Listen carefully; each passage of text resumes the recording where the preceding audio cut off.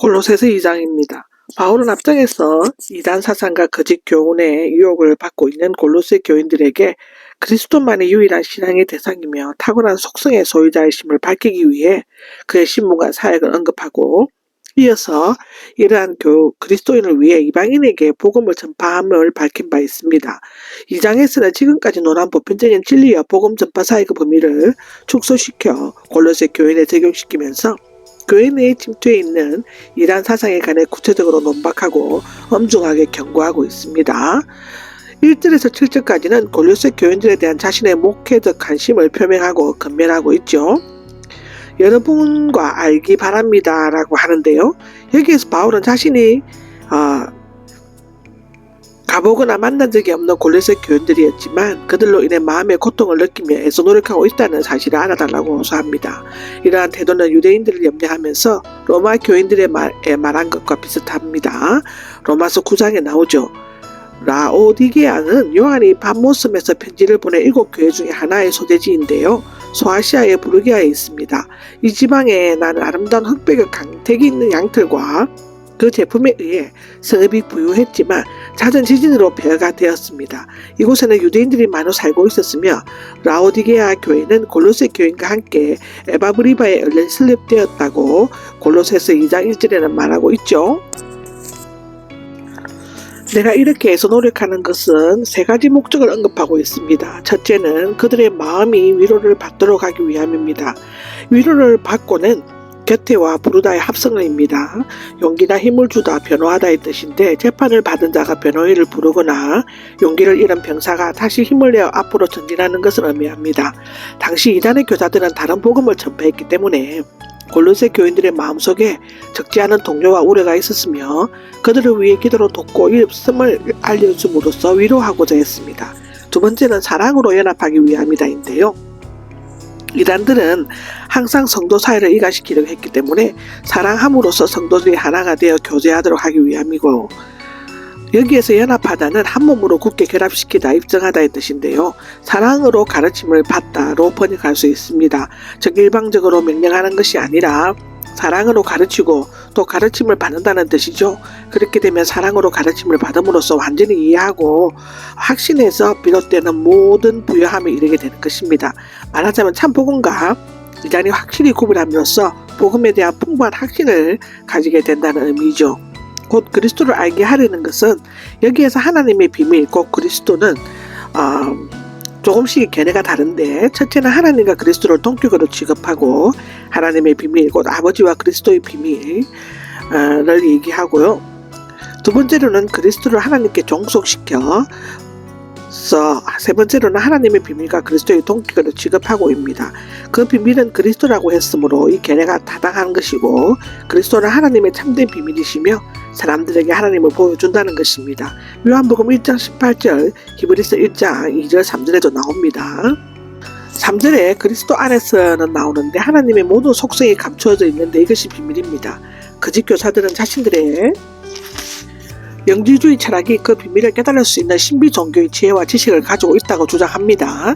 그것은 한낱 거짓된 속임수에 지나지 않죠. 왜냐하면 오직 그리스도 안에서 참된 지혜와 지식의 보물들이 감추어져 있기 때문에 제때에 나타나기를 기다리면서 억제되고 있고 오직 하나님의 은혜로만 드러나기 때문입니다. 그리스도 안에 있는 이 지혜는 세상 사람들에게는 미련한 것이지만 믿는 자에게는 의로움과 거룩함과 구원을 주시는 하나님의 능력이 됩니다. 고린도전서 1장 30절에 나오죠. 하나님의 비밀로 감추어진 지혜와 지식들을 보물들은 그리스도께서 오심으로 모든 그리스도인들에게 공개적으로 밝혀 드러난 것입니다. 에베소서 1장 9절에도 나옵니다. 4절에 이 말이 나오는데 내가 이 말을 하는 것은 아무도 그럴듯한으로 시작하죠. 앞서 말한 1절 3절 내용들을 얘기하는데 그러한 논쟁은 당시 이단들이 즐겨 사용하는 수사적 방법입니다. 그들이 교묘한 말재주로 그리스도인들이 미혹을 당할 위험에 놓여 있었죠. 이게 속이다는 거짓 교사들의 거짓된 이론과 계명을 마치 진리인 것처럼 꾸며서서 그리스도에게서 떠나게 하려고 했습니다. 내가 비록 육신으로 떨어져 있지만인데요. 원문에는 왜냐하면이가 있습니다. 앞에 4절에서 바울이 골로새 교인들에게 특별한 관심을 가지고 있는 이유를 설명하고 있죠. 지금 로마에 갇혀 있는 바울은 육신으로는 멀리 떨어져 있지만 영적으로는 그들과 함께 있었다입니다. 그런 골로새 교인들이 질서를 잘 지키며 살아가는 것, 즉 잘 훈련받은 군인처럼 거짓 고사들의 가르침에 분열되거나 흩어지지 않고 믿음의 길을 올바르게 걸어가는 것과 그리스도께 대한 믿음이 확고한 것, 즉 거짓 교사들의 그럴 만한 논쟁으로 유혹하고 설득했음에도 믿음을 굳게 지킬 것을 기뻐하고 있었다는 것입니다. 고린도전서 14장 40절에 나옵니다. 6절에서 8절까지가 골로새 교인들에게 5가지를 권면하고 있습니다. 첫째는 그리스도 예수 안에서 계속 살아가십시오입니다. 그 이유는 그들이 에바브라의 복음의 선포를 통해 그리스도 예수님을 주님으로 받아들였기 때문이죠.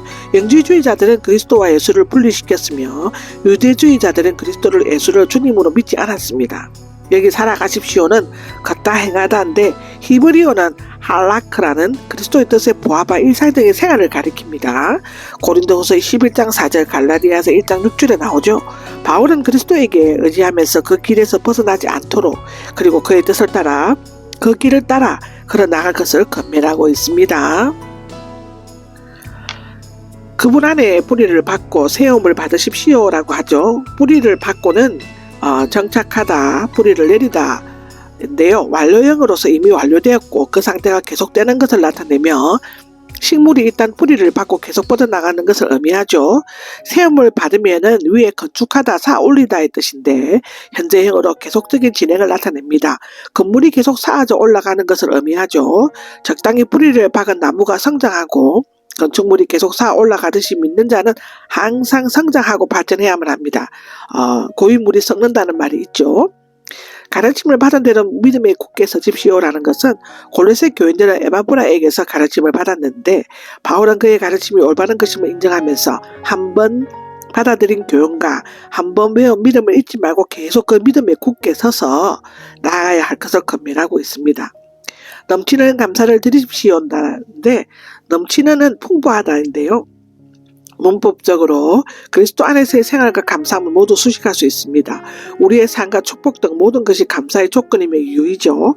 앞에 4개의 분사들은 모두 현재형으로서 그 행위와 동작이 계속되어야 할 것임을 나타냅니다. 그것들 중 3개는 뿌리를 받고 세움을 받고 굳게 서서는 수동태로 되어 있어서 모두 하나님께로부터 은혜 받아야 하는 수동적인 태도를 나타내는 반면 나중에 넘치는 감사를 드리는 것은 능동태로 되어 있어서 감사드리는 것은 능동적으로 자발적으로 해야 한다는 것을 나타내고 있습니다.